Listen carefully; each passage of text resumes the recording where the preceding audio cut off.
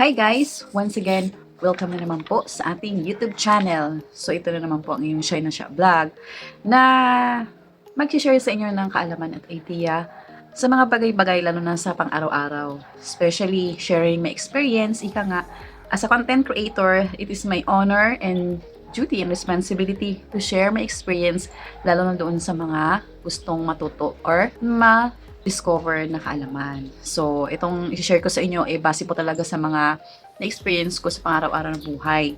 So, ang i-share ko ngayon guys is that kayo ba ay may e-bike? I'm sure na yung mga mode of transportation natin sa araw-araw sa pagpasok, sa pauwi, galing sa trabaho is that iba-iba. Pero yung akin is ginagamit ko ngayon is NWOW ERB 48 volts or 20 ampere. So, yun po yung aking e-bike. So, ang i-share ko sa inyo guys ngayon is that yung mga charging steps.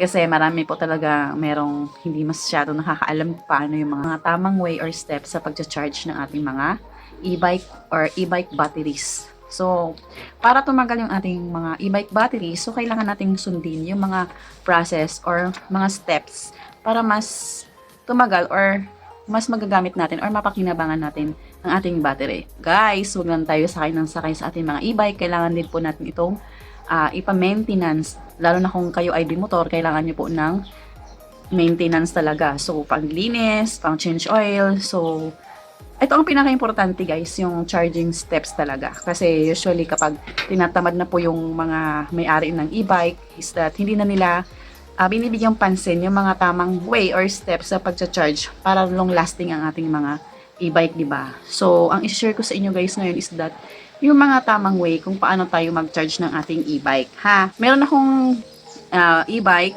which is kapapalit ko lang siya ng battery. So, ito yung manual binigay sa akin, guys. Ayan, galing to sa Inwow.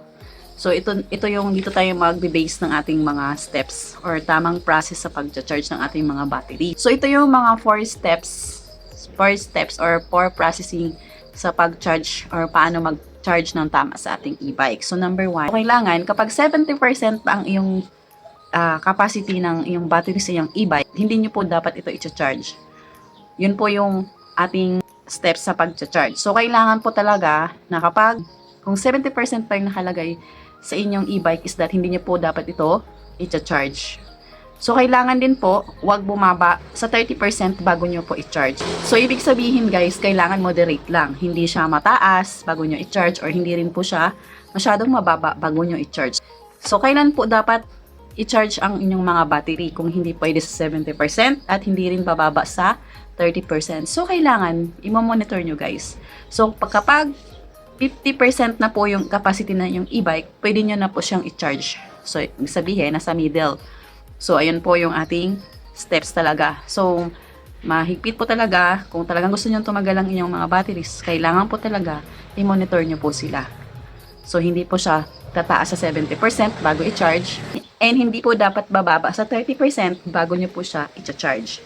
So, malinaw po yun ha. 70% hindi pa pwedeng i-charge. 30% na mas sobrang baba, hindi po dapat i-charge.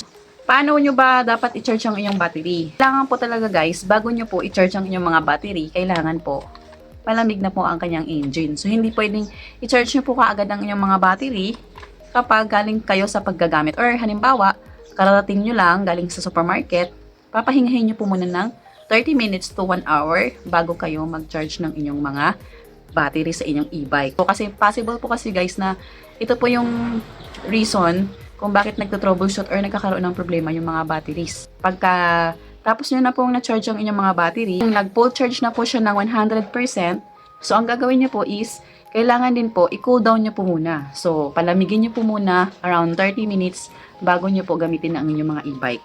So, yun po. Para maiwasan po natin ang paglulubo ng mga battery. Yun po yung main reason kung bakit kailangan nating palamigin muna ang engine ng ating e-bike or ng battery. Kasi syempre mainit po yun guys. Kung isasaksak nyo naman po yun, di ba?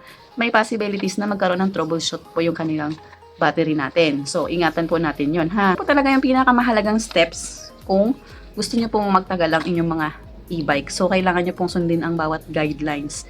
Kasi, bakit ko po sinishare yung ganitong content? Kasi ang hirap po talaga maghanap ng pambili ng battery.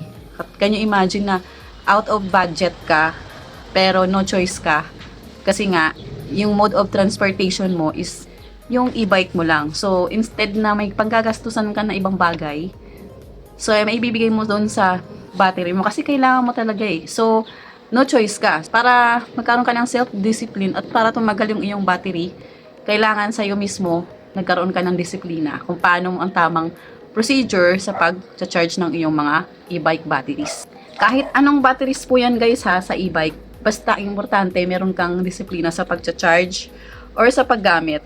So, halimbawa, kung alam mo naman na malayo ang iyong uuwian or malayo ang inyong biyahe, so much better na lang na huwag nyo na lang gamitin. Or kung alam nyo naman yung mode of transportation nyo is yung e-bike nyo lang, better na lang na stay nyo lang siya sa isang lugar sa office nyo para mas mapakinabangan nyo palalo kapag po. Of course, ayoko rin ma-experience nyo yung na-experience ko guys na nagtutulak ako sa daan dahil may low-bat na aking battery. So, kaya sinishare ko yung content na to para naman kahit paano meron kayong idea at makatulong na rin po ako doon sa mga may mga e-bike owner na katulad ko. Dapat guys, sundin lang natin ang tamang guidelines sa pag-charge ng ating mga e-bike batteries para maiwasan mga error. And of course, para naman tumagal yung ating lifespan ng ating battery. Share na siya once again na nagsasabi sa inyo na maraming salamat sa pagpunta sa aking YouTube channel. Please don't forget to hit the notification bell and subscribe para kayo updated sa aking mga panibagong videos na i-upload. Thank you so much!